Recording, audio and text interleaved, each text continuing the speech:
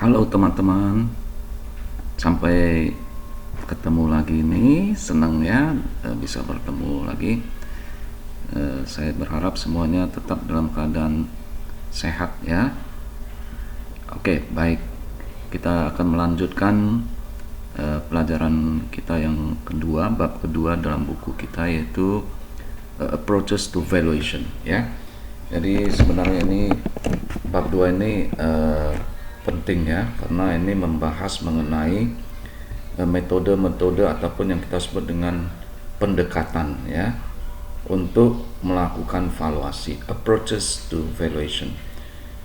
Nah, pada dasarnya hanya ada 3 metode ya, 3 pendekatan dalam melakukan valuasi. Yang pertama adalah intrinsic valuation ataupun yang kita sebut dengan discounted cash flow valuation ya. Mungkin ada beberapa yang udah pernah dengar ya di pelajaran di mata kuliah keuangan ya.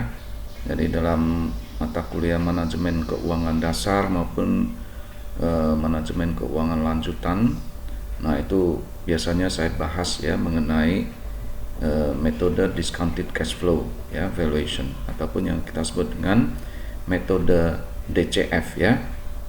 Nah, inilah fokus untuk pelajaran kita semester ini ya. Kita akan lebih menekankan, lebih berfokus ke intrinsic valuation ataupun yang kita sebut dengan discounted cash flow valuation.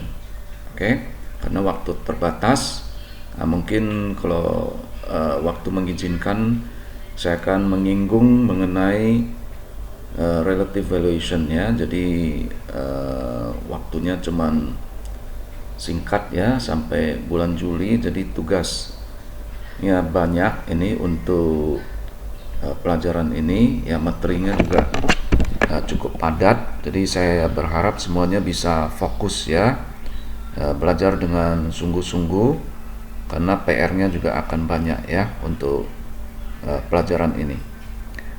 Oke. Nah, jadi yang kedua tadi yang saya sebut dengan relative ya valuation itu adalah metode valuasi yang melakukan estimasi terhadap nilai aset dengan melihat kepada pembandingnya, aset pembandingnya ataupun yang kita sebut dengan comparable ya. Jadi kalau kita mau mengestimasi katakanlah perusahaan A, nah kita harus bisa mencari comparable firms ya in the same industry. Nah, itulah metode yang kita sebut dengan relative valuation. Oke. Nah, terus yang terakhir itu adalah yang kita sebut dengan contingent claim valuation ataupun kita bisa juga sebut sebagai option pricing model ya. Jadi kadang-kadang aset-aset tertentu, katakanlah seperti pertambangan ya, baik pertambangan emas ataupun minyak ya, oil ya, oil reserve or gold mines. Nah, itu semua itu aset-aset itu mempunyai karakteristik option ya.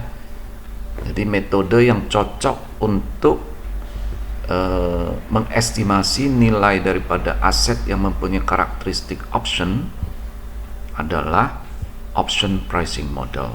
Oke. Ataupun yang kita sebut dengan contingent claim valuation. Nah, pada dasarnya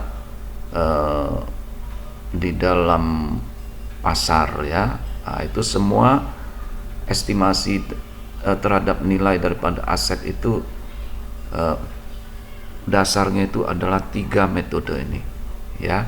Bisa ada sedikit variasi, tapi pada prinsipnya adalah berdasarkan ketiga metode ini. Oke. Jadi untuk bab ini sebenarnya fokus ke kita adalah mengenai metode valuasi. Oke.